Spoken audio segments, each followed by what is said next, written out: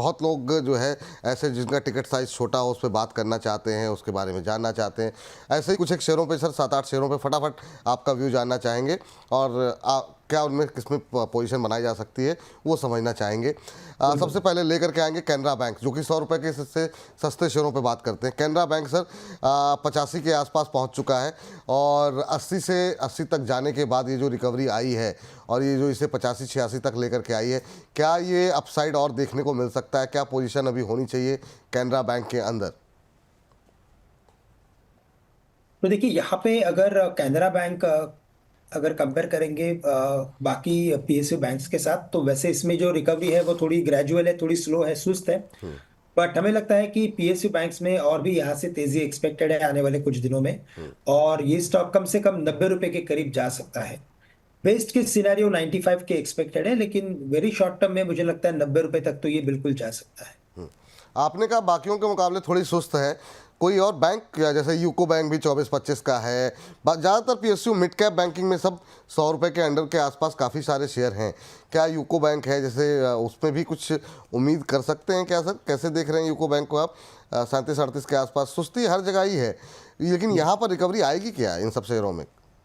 देखिए इन सब में जो रिकवरी है वो एक पुल बैक रैली है, और उस पुल बैक रैली में आपको अपने पोर्टफोलियो को थोड़ा रीबैलेंस करना है। यानी मैं कहूंगा कि कुछ एक स्टॉक्स में से आप कुछ लॉस बुक करके जो बेटर क्वालिटी के स्टॉक्स है, जो बेटर बिग साइज के स्टॉक्स है, उसमें आप एंटर करने की कोशिश कीजिए, क्योंकि ये इनिशियल फेज है मार्केट का। तो इनिशियल फेज में क्या होगा, लार्ज कैप स्टॉक्स में थोड़ी और खरीदारी आएगी अगर मार्केट अगर इसी अनसर्टनिटीज के साथ अगर ट्रेड करते रहा। तो जैसे कि अभी यूएस में ट्रेड टैरिफ की जो बातें बनी है, जिसकी वजह से मार्केट अनसर्टन है, तो हमें लगता है कि ऐसे केस में क्या करना चाहिए कि ऐसे पुल बैक को थोड़ा यूटिलाइज करना चाहिए, थोड़ा सा लॉस बुक करें, थोड़ी पोजीशंस को आप शिफ्ट करें।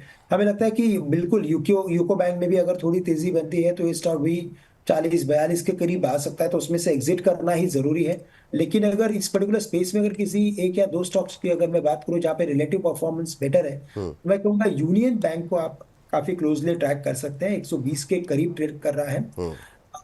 इन लेवल से भी मुझे लगता है कि स्टॉक में अगर रैली बनती है तो 140 से 145 तक के लेवल्स ये दिखा सकता है। ठीक। साथ ही साथ मैं कहूंगा आईडीबीआई पे भी फोकस करें, यहाँ पे भी हमें लगता है कि तेजी बनेगी, और ये भी स्टॉक जो अभी 75 के करीब ट्रेड कर रहा है, ये 90 के करीब आ सकता है। तो इन दोनों में अपसाइड काफी अच्छी और कंस्ट्रक्टिव नजर आ रही है। बिल्कुल। तो यूनियन बैंक और आईडीबीआई बैंक दोनों ही 100 के आसपास है। यूनियन बैंक 120 के आसपास है, आईडीबीआई 100 से सस्ता है, 75 रुपये।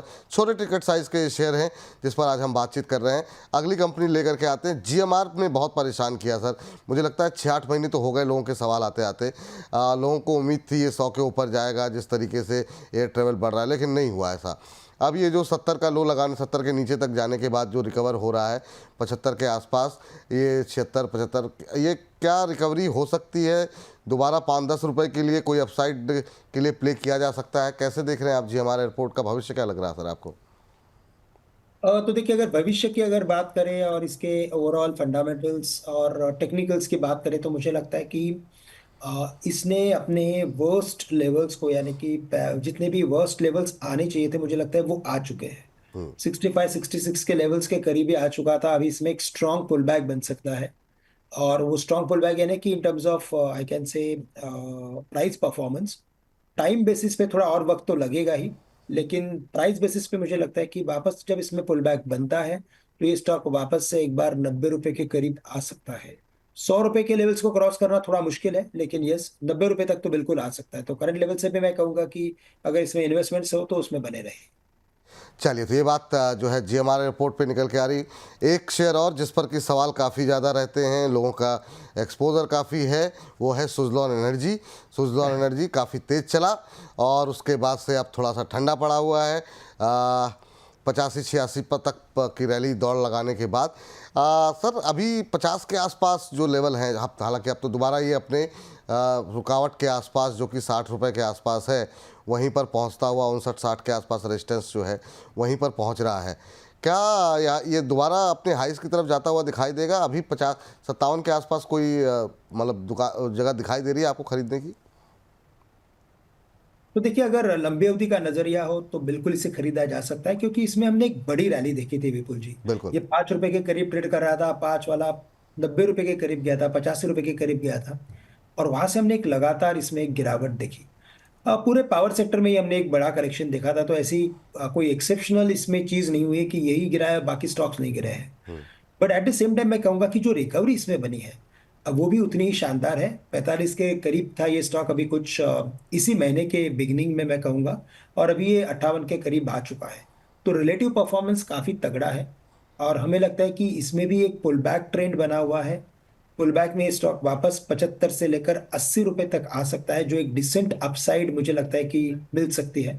तो करंट लेवल से भी मैं कहूंगा कि इसमें बने रहे। लंबी अवधि का नजरिया तो मैं कहूंगा कि करंट लेवल से भी खरीदे, कुछ करेक्शन आता है तो भी इसे खरीदा जा सकता है। ठीक है सर। एक शेयर और इंफ्रास्ट्रक्चर से जुड़े हुए जिसके रिजल्ट्स पिछली बार अच्छे नहीं रहे थे, अब क्या उम्मीदें हैं यहाँ पर, वो है आईआरबी इंफ्रास्ट्रक्चर की स्टोरी काफ़ी दिनों तक प्ले होती हुई दिखाई दी। 52 वीक हाई इसका 78 के आसपास है, अभी 45 के आसपास ट्रेड कर रहा है। अभी कोई अपसाइड की गुंजाइश 45-50 के नीचे ट्रेड करता हुआ कुछ देख सकते हैं यहाँ पे? तो देखिए, वैसे आईआरबी इंफ्रा के अगर टेक्निकल स्ट्रक्चर को देखें तो मैं कहूंगा कि इसमें अभी भी वीकनेस आ सकती है मार्केट के ट्रेंड के साथ। रिकवरी अगर आप देखें तो काफी सुस्त है, और ओवरऑल भी अगर आप देखें तो जैसे जब इसमें सेल ऑफ हुआ था तो वो काफी स्टीप सेल ऑफ था। तो हमें लगता है कि इसमें अगर शायद कोई भी अगर रैली अगर मिल रही है, मैं कहूंगा भी 45 के करीब है, तो इन लेवल्स के करीब भी बेचा जा सकता है, या तो अगर ₹50 के करीब तक अगर आ जाता है मार्केट में ये स्टॉक, तो इसमें से एग्जिट करें, और बाकी जो इंफ्रा कंपनीज है उसमें आप फोकस करके चल सकते हैं। बिल्कुल। ₹100 का एक शेयर है सर, एनटीपीसी ग्रीन। हाल की लिस्टिंग बहुत स्टोरी चल रही थी ग्रीन एनर्जी को लेकर के, वो ऐसा लगा ट्रम्प साहब आए और ये पूरी स्टोरी जो है ध्वस्त होती हुई दिखाई दी। जितने रिन्यूएबल एनर्जी वाले शेयर थे काफ़ी पिटाई हुई उनकी। अभी एनटीपीसी ग्रीन का क्या भविष्य लग रहा है? हालांकि बहुत ज़्यादा चार्ट अवेलेबल नहीं होंगे, पर ओवरऑल आपका व्यू क्या है? अभी क्या पोजीशन होनी चाहिए एनटीपीसी ग्रीन के अंदर? देखिए, तो हमें लगता है कि डोमेस्टिक जो कंजम्पशन की स्टोरी है, या तो जो डोमेस्टिक लेवल पे जो अपने पावर की रिक्वायरमेंट है, हमें लगता है कि वो तो जारी रहेगी। और इसी वजह से हमें लगता है कि इसमें नो डाउट की बड़ी गिरावट आई है, लेकिन अब अगर आप गिरावट देखें तो काफ़ी लो वॉल्यूम के साथ थी। तो इसका मतलब यही है कि ये वापस पुल बैक में आ सकता है स्टॉक। अभी ₹100 के करीब ट्रेड कर रहा है, लेकिन इवेंचुअली हमें लगता है कि स्टॉक वापस से 120 125 तक के लेवल्स छू सकता है। तो इसमें बने रहे। कुछ पुल बैक में इसमें अपने पोजीशंस को कम करने की आप सोच सकते हो। मेटल पैक में एनएमडीसी, ये भी एक सस्ता शेयर है। 94-95 के आसपास एक साल 1.5 साल पहले ये ट्रेड कर रहा था, और वहाँ से काफ़ी बुरी तरह गिरते हुए आधा हो गया, 60 के आसपास गया। थोड़ी बहुत रिकवरी आई है। क्या अपने पुराने स्तरों की तरफ जाएगा ये शेयर 2-4-6 महीने में? क्या एक्सपोजर होना चाहिए जिस तरीके से मेटल में हमने कुछ दिनों में रिकवरी देखी है? तो देखिए, वैसे सिक्लिकल्स जितने भी स्टॉक्स होते हैं उसमें तो पेशेंस रखना बहुत ज़रूरी होता है, और हमें साइकिल्स के बेसिस पे हमारे एंट्री एग्जिट्स को डिसाइड करना पड़ता है। अभी अगर आप देखें तो इसमें जो एक बड़ी गिरावट आई है उसके बाद थोड़ी सी स्टेबिलिटी हमने पूरे मेटल स्पेस में देखी है। और अभी जैसे ये टैरिफ के रूल्स और सब चल रहे हैं उसके बेसिस पे मुझे लगता है कि ये इस पर्टिकुलर सेक्टर को थोड़ा स्पेशल इंपॉर्टेंस मिल सकता है। तो करंट लेवल से मैं कहूंगा कि इमीडिएटली प्रीवियस लेवल्स तो नहीं आएंगे, लेकिन एक पुल बैक रैली बिल्कुल बनेगी। और इसमें हमें लगता है कि इसमें बने रहे। डिविडेंड बेस्ड कंपनी है, डिविडेंड्स आते रहते हैं। 68 के करीब अभी ये ट्रेड कर रहा है, हमें लगता है कि ग्रेजुअली वापस से ये स्टॉक एक बार 80 के करीब आ सकता है। तो 80 के लेवल्स के करीब इसमें प्रॉफिट बुकिंग करना या तो पोजीशंस को कम करना उचित रहेगा। साइक्लिकल कारोबार की बात की, वैसा ही एक शेयर है जिसमें कल तेजी थी काफ़ी ज़्यादा, वो है चीनी। चीनी में सबसे सस्ता तो नहीं, कि मतलब रेणुका शुगर जो है कि अगर बात करें तो कैसा लग रहा है? कल की तेज़ी के बाद आज सुस्ती है यहाँ पर। 29-30 रुपये का शेयर है। लेकिन जिस तरीके से कल नंबर्स देखने को मिले हैं, कई सारे शुगर मिल के नंबर भी आए हैं, कैसा दिखाई दे रहा है सर? चीनी में कुछ एक्सपोजर होना चाहिए या दूर रहना चाहिए? देखिए, तो वैसे अगर चीनी सेक्टर की भी बात करें तो अगेन कमोडिटी प्ले है, वापस डिपेंड करता है ओवरऑल साइकिल के ऊपर कि वो कैसे परफॉर्म कर रही है। साथ ही साथ अगर आप देखें तो ये जो कंपनी है, या तो कोई भी शुगर कंपनी जो होती है वो जो गवर्नमेंट से जो न्यूज़ फ्लो आते हैं, यानी कि जो एक्सटर्नल न्यूज़ फ्लो होते हैं उसी के ऊपर ज़्यादा डिपेंड करते हैं, और इसी वजह से इनमें टाइमिंग करना काफ़ी मुश्किल होता है। तो मैं कहूँगा कि रेणुका शुगर में भी अगर तेजी बनती है यहाँ से, तो 35-36 के करीब इसमें से एग्जिट करने की कोशिश करें, या तो करंट लेवल से भी आप इसमें से एग्जिट करके आपके एक्सपोजर को आप किसी बड़े कंपनी में डाइवर्ट कर सकते हैं, कि जो काफ़ी अच्छी तरीके से जो सेक्टर में तेजी या मंदी आती है उसको परफॉर्म मैनेज कर लेते हैं। तो मैं कहूँगा कि बलरामपुर चीनी या तो प्राज इंडस्ट्रीज में ये जो कंपनीज है, इसमें आप आपके फंड्स को डाइवर्ट कर सकते हैं। रेणुका शुगर में मुझे लगता है कि थोड़े से पुल बैक पे एग्जिट करने की स्ट्रैटेजी बनाएं।